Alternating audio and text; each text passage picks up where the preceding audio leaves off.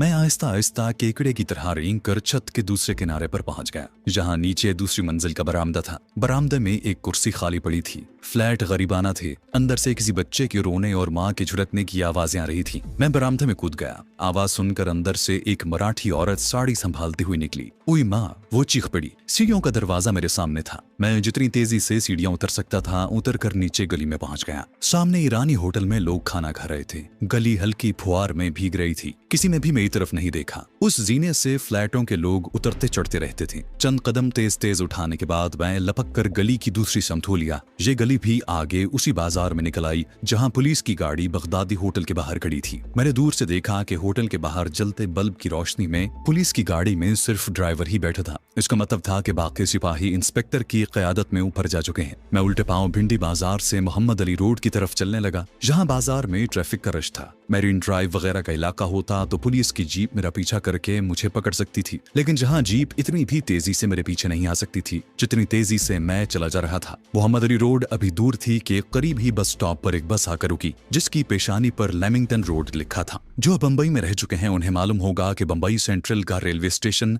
Lamington road पर वाक़ है। मैं लपक कर बस में सवार हो गया। बस अपनी मामूल की रफ्तार से चल रही थी। भिंडी बाजार के इलाके से निकलकर मैं एक बस स्टॉप पर उतर गया, जहां से टैक्सी पकड़ी और ड्राइवर से कहा, कल्याण चलो। ड्राइवर ने घूमकर मेरी तरफ देखा। कल्याण बहुत दूर है बाबू, अपन उधर को नहीं जाएगा। मैंने जेब से चंद नोट निकालकर उसकी तरफ बढ़ा दिए। उसने मुस्कुराकर नोट जेब में ठूसे और टैक्सी स्टार्ट कर दी। कल्याण बंबई से 60 मील दूर है। मेरा प्रोग्राम था कि बंबई सेंट्रल से चली हुई मद्रास एक्सप्रेस को मैं कल्याण स्टेशन पर जाकर पकड़ूंगा। मैं बंबई सेंट्रल और दादर रेलवे स्टेशन से बचना चाहता था। मैंने ड्राइवर से वक्त पूछा। रात के 8:30 बज रहे थे। निस्फ घंटे बाद सेंट्रल स्टेशन से मद्रास एक्सप्रेस रवाना होने वाली थी। उसे दादर ठहरना था, जो बंबई से 9 मील दूर था, और उसके तकरीबन 1 घंटे बाद कल्याण पहुंचना था। मैंने ड्राइवर से कहा कि टैक्सी तेज चलाए। मुझे कल्याण रेलवे स्टेशन पर एक आदमी को मद्रास एक्सप्रेस पर अलविदा कहना है। मेरे पास 1.5 घंटा था। टैक्सी को 60 मील का फासला एक नहीं तो 1.5 घंटे में तय कर लेना चाहिए, जबकि सड़क पर रश भी नहीं था। ड्राइवर ने शहर से निकलते ही टैक्सी बंबई से पूना जाने वाली हाईवे पर डाल दी। हल्की हल्की बारिश हो रही थी। ड्राइवर गाड़ी ज्यादा तेज नहीं चला रहा था। मैंने 2-1 बार उसे तेज चलाने को कहा तो बोला, बाबू सड़क पर फिसलन है, गाड़ी उलट जाएगी। कमबख्त बारिश को भी आज रात ही बरसना था। खंभों की रोशनियां पीछे चली जा रही थी। टैक्सी वीरान सड़क पर खेतों के दरमियान से गुजर रही थी। टैक्सी ड्राइवर एक फाटक से गुजरा तो बोला, बाबू अभी मद्रास मेल नहीं चला, हम उसको कल्याण पर पकड़ लेगा। अभी ये जुमला उसके मुंह में ही था कि एक धमाका हुआ। मैं पिछली सीट पर ऊपर को उछला। ड्राइवर ने एकदम से ब्रेक लगाई। गाड़ी ने चक्कर खाया और सड़क से उतरकर कच्चे में रुक गई। मारे गए बाबू, साला टायर ब्रस्ट हो गया है। मैंने अपना सर थाम लिया। तुम्हारे पास स्टेपनी है? मैंने बेख्तियार पूछा। बोला, स्टेपनी के बगैर हम कभी नहीं चला बाबू। ये कहकर ड्राइवर गाड़ी से बाहर आ गया। उसने मुझे भी बाहर आने को कहा। फिर डिग्गी से फालतू टायर और जैक निकाला और अपना काम शुरू कर दिया। बारिश की फुहार उसी तरह पड़ रही थी। मैं दरख्त के नीचे जाकर अंधेरे में बैठ गया। ड्राइवर गुजरात काठियावाड़ का दुबला पतला मगर बड़ा तेज तर्रार था। टायर बदलने में 1.25 घंटा लग गया। रात के 9:15 बज गए। मद्रास एक्सप्रेस बंबई सेंट्रल से चल पड़ी थी और दादर पहुंचने वाली थी, जबकि हम दादर से कोई 15 मील आगे ही पहुंच चुके थे। मैंने कहा, मैं तुम्हें 100 रुपए इनाम दूंगा, गाड़ी तेज चला सकते हो, चलाओ। बोला, बाबू तुम फिक्र क्यों करता है फोकट में, तुमको मद्रास एक्सप्रेस पकड़ के दिखाएगा। ये कहकर उसने इंजन स्टार्ट कर दिया। उसने वाकई कमाल कर दिया। अब इतनी तेज गाड़ी चलाई कि मुझे खौफ महसूस होने लगा कि कहीं गीली सड़क पर गाड़ी उलट न जाए। वो 70 मील से ज्यादा रफ्तार से चला रहा था। रास्ते में छोटे छोटे कई कस्बे आए, जहां वो गाड़ी की रफ्तार हल्की कर देता। कस्बे से निकलते ही फिर स्पीड पकड़ लेता। दूर से कल्याण रेलवे स्टेशन की बत्तियां नजर आईं तो ड्राइवर ने खुश होकर कहा, आ गया कल्याण साला। मैंने सर घुमाकर पीछे देखा तो दूर मद्रास एक्सप्रेस के इंजन की रोशनी भी नजर आना शुरू हो गई थी। मद्रास एक्सप्रेस भी आन पहुंचा है, ये कहकर ड्राइवर ने स्पीड और तेज कर दी। 15 मिनट बाद मैं कल्याण रेलवे स्टेशन पर टैक्सी से उतर रहा था। ड्राइवर को 100 रुपए इनाम देकर मैं स्टेशन के गेट की तरफ भागा, क्योंकि मद्रास एक्सप्रेस कल्याण के आउटर सिग्नल में दाखिल हो चुकी थी। उस स्टेशन पर एक्सप्रेस ट्रेन 2-3 मिनट से ज्यादा नहीं ठहरती थी। मैंने देखा कि टिकट घर की खिड़की पर रश है। मैंने आगे बढ़कर टिकट लेने की कोशिश की, मगर कामयाब न हो सका। इतने में ट्रेन जमीन हिलाती और शोर मचाती हुई प्लेटफॉर्म में दाखिल हो गई। मैंने गेट पर खड़े टिकट चेकर से कहा कि मेरे पास टिकट खरीदने का वक्त नहीं है, मैं फर्स्ट क्लास का मुसाफिर हूँ, रास्ते में गार्ड से टिकट बनवा लूंगा। फर्स्ट क्लास का नाम सुनकर टिकट चेक करने मुझे अंदर जाने की इजाजत दी। ट्रेन प्लेटफॉर्म पर रुक चुकी थी। मैं पिछली बोगी की तरफ दौड़ा। ट्रेन में बहुत रश था। मैं थर्ड क्लास के एक डिब्बे में किसी न किसी तरह घुस गया। जितनी देर ट्रेन जहां खड़ी रही, मैंने खिड़की में से सर बाहर ना निकाला। ट्रेन चली तो मैंने मुसाफिरों का जायजा लिया। मुसाफिरों में औरतें भी थी। ये लोग मराठी और गुजराती जबान में तेज तेज बातें कर रहे थे। मैं इन जबानों से बिल्कुल ना वाकिफ था। अलबत्ता गुजराती का कोई कोई लफ्ज मेरी समझ में आ जाता। मद्रास एक्सप्रेस कल्याण से निकलते ही बर्क रफ्तार बन गई। अगला बड़ा शहर पूना था, जो कल्याण से तकरीबन 138 किलोमीटर के फासले पर था। पूना से पहले लूनावाला के स्टेशन पर गाड़ी थोड़ी देर के लिए रुकी, फिर पूना पर रुकी तो मैंने अपने आप को हुजूम में छुपा लिया। ये बहुत बड़ा जंक्शन था, जहां मद्रास एक्सप्रेस ने कोई 15 मिनट लगाए। गाड़ी जहां से चली तो मैंने किसी हद तक सुख का सांस लिया। अब बड़ा शहर शुआरपुर था, जो बहुत दूर था। शुआरपुर भी खैरियत से गुजर गया। अब ट्रेन आंध्र प्रदेश से गुजर रही थी। गुलबर्गा सुबह के वक्त आया। मुझे किसी जगह भी पुलिस की नकलो हरकत नजर न आई। मैं खतरे की पहली लाइन से निकल चुका था। राक्चौर पहुंचकर मैंने खाना खाया। ये चावल की रोटी थी, जिसे जहां के लोग चिल्ला कहते हैं। अब चाय की बजाय रेलवे स्टेशनों पर कॉफी ज्यादा मिलने लगी थी। सारा दिन ट्रेन का सफर जारी रहा। कई शहर आए और गुजर गए। फिर शाम हो गई। रात के 9 बजे कहीं ट्रेन मद्रास सेंट्रल के अजीमुशान रेलवे स्टेशन में दाखिल हुई। अब मैं अपने आप को काफी महफूज समझ रहा था। जहां दो सूबों के माबैन राब्ते की जबान अंग्रेजी है।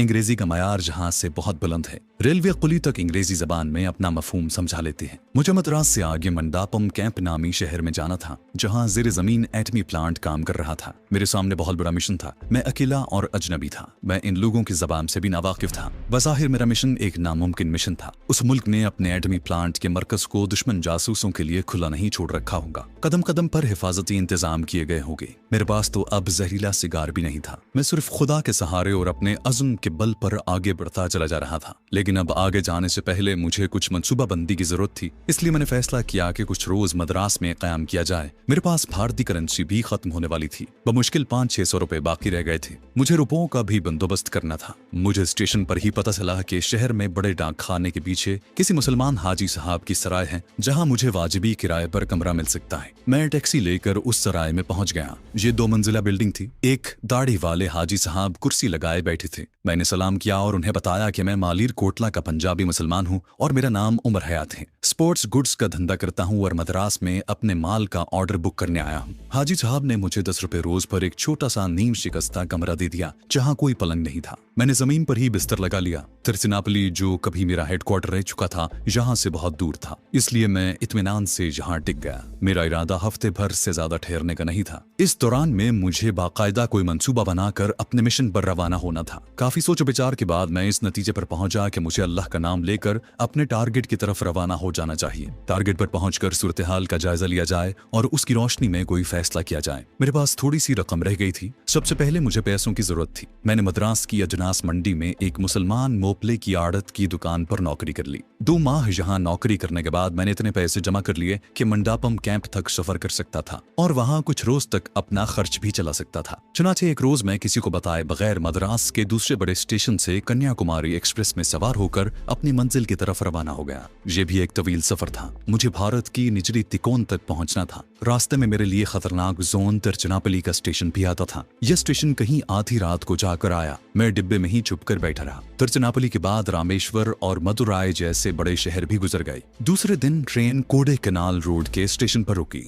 यहाँ इंजन तब्दील किया गया और धनुषकोडी की जानिब ट्रेन का सफर दोबारा शुरू हो गया। धनुषकोडी भारत की जुनूबी तिकोन का सबसे आखिरी रेलवे स्टेशन है। उससे आगे श्रीलंका और भारत का दरमियानी समंदर आ जाता है। मंडापम कैंप उससे भी पीछे था। ट्रेन तीसरे पहर मंडापम कैंप पहुंची तो मैं ट्रेन से उतर गया। ये इतना बड़ा शहर नहीं था, लेकिन एटमी प्लांट की वजह से उसकी अहमियत बढ़ गई थी और 2-3 नई कॉलोनियां आबाद हो गई थी। इस अरसे में मुझे तमिल जबान में थोड़ी बहुत शुद्ध भी हो गई थी। मैं शहर में आ गया। पुरानी तर्ज के फ्लैटों वाली इमारतों के अलावा एक मंजिला ढलानी छतों वाले मकान भी थे। सड़क के किनारे नारियल के दरख्त हवा में चूम रहे थे, जहां सिर्फ साइकिल रिक्शा ही चलते थे। पुलिस के सिपाहियों की नीली वर्दियां मद्रास पुलिस जैसी थी। किसी सिपाही ने मेरी तरफ तवज्जो न दी। मैंने एक मद्रासी होटल में जाकर खाना खा खाया, कॉफी पी और शहर में आवारागर्दी करने लगा। सूरज गुरूब हो रहा था, सुनहरी रोशनी हर तरफ फैली हुई थी। तमिल औरतें स्याह सुर्ख साड़ियों में मलबूस चली जा रही थी। अचानक एक बाजार से गुजरते हुए मेरी निगाह एक सफेद माइक्रो वैगन पर पड़ी। उस पर नीले अंग्रेजी हुरूफ में मंडापम एटॉमिक लिखा था। मैं ठिठक कर रह गया। ये वैगन एक स्टोर नुमा दुकान के सामने खड़ी थी, जिसकी पेशानी पर अंग्रेजी में जिगरगा लॉन्ड्री सर्विस गवर्नमेंट कॉन्ट्रैक्टर तहरीर था। सफेद वैगन से मैली चादरें वगैरह के गट्ठड़ बाहर निकाले जा रहे थे।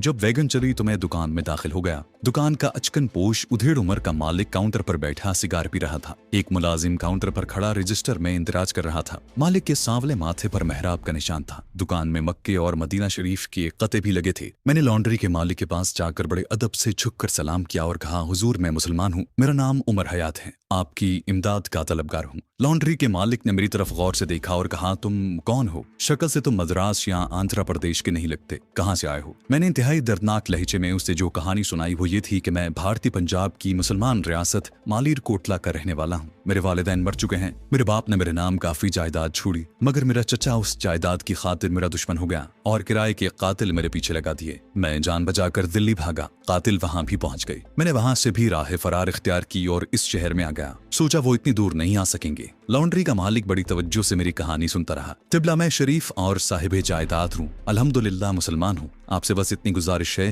कि मुझे अपनी लॉन्ड्री में कोई छोटा मोटा काम दे दीजिए ताकि रिस्क हलाल कमा कर अपना पेट भर सकूं। इससे ज्यादा मुझे किसी शय की ख्वाहिश नहीं। आपके पास इसलिए हाजिर हुआ हूँ कि मैं किसी साहिब ईमान के यहाँ नौकरी करना चाहता हूँ। लॉन्ड्री के मालिक ने कदरे तौक़ुफ़ के बाद काउंटर पर खड़े लड़के से हैदराबादी उर्दू में पूछा कि बंदू को ड्यूटी से खैर हाजिर हुए कितने दिन हो गए हैं। लड़के ने रजिस्टर देख कर कहा, आज उससे 7वां रोज है। मैंने बड़ी दिलसोजी से कहा, हुजूर मैं किसी की रोजी पर लात नहीं मारना चाहता। लॉन्ड्री के मालिक ने सिगरेट की राख झाड़ते हुए कहा, बंदू आ गया तो उसे किसी दूसरे काम पर लगा देंगे। बहरहाल तुम आज से काम शुरू कर सकते हो, लेकिन एक बात याद रखो, अगर दुकान की कोई चीज इधर उधर हुई तो यहाँ की पुलिस मेरी खातिम है, तुम इस शहर से बाहर नहीं निकल सकोगे। मैंने कहा, क़िबला खानदानी आदमी हूँ, ऐसी हरकत मैंने जिंदगी में कभी नहीं की। गुलबर्गा लॉन्ड्री के मालिक को सब वाजिबी साहब कहकर पुकारते थे। वो हैदराबाद दक्कन का रहने वाला था और कई साल से जहाँ लॉन्ड्री चला रहा था। उसने मुझे अपनी लॉन्ड्री पर मुलाजिम रख लिया। रहने के लिए लॉन्ड्री के पीछे एक छोटा सा कमरा भी दे दिया, जहाँ लकड़ी के फर्श पर एक चटाई बिछी हुई थी। मेरा काम धुलाई के लिए आए हुए कपड़ों पर एक खास किस्म का निशान लगाना था। वाजबी साहब ने जब ये देखा कि मैं अच्छी खास अंग्रेजी जानता हूँ तो उन्होंने मुझे हिसाब किताब पर लगा दिया।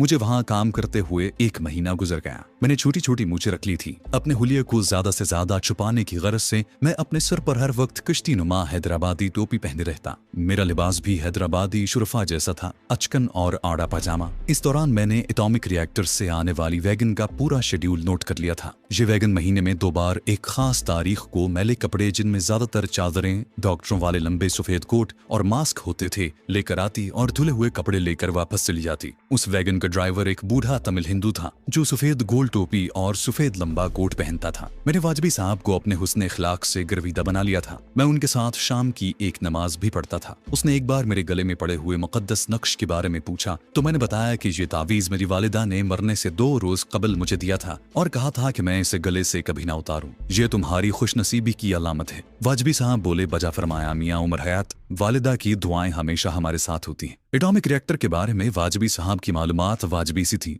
ये रिएक्टर शहर से 30 किलोमीटर दूर एक वीरान मकाम पर वाक़ था, जहां इजाजत के बगैर कोई नहीं जा सकता था। वाजबी साहब को बस इसी कदर मालूम था कि उस एटमी मरकज में बिजली सप्लाई करने का कोई बहुत बड़ा जनरेटर तैयार हो रहा है, जिसकी मदद से भारत के सारे कारखाने दिन रात काम कर सकेंगे। एटमी रिएक्टर वालों ने अपने मुलाजिमों को भी यही तासुर दे रखा था। इस एतबार से एटॉमिक सेंटर में सिर्फ चंद साइंसदान ही ऐसे होंगे जिनको असल बात का इल्म होगा, यानी ये कि उस जगह हाइड्रोजन बम के तजुर्बे के लिए इब्तदाई काम हो रहा है। मुझे ये भी मालूम हुआ कि जो डॉक्टर और साइंसदान वहाँ काम करते हैं उनकी रिहायशी कोठियाँ वहीं बनी हुई हैं और वो वहीं रहते हैं। वैसे वो जब चाहें शहर आ जा सकते हैं, लेकिन बकौल वाजबी साहब उनको बहुत कम शहर में देखा जाता है। मैंने एक हौसला अफजा बात ये भी नोट की कि महीने में 1 बार हमारी लॉन्ड्री का एक शख्स वैगन में बैठकर किसी जरूरी दफ्तरी कार्रवाई के लिए एटॉमिक सेंटर जाता था। कभी कभी वाजबी साहब खुद भी चले जाते। इसके लिए उन दोनों को खास इजाजतनामे मिले हुए थे जो उन्हें वहां जाते हुए अपनी गर्दन में लटकाने पड़ते करते थे।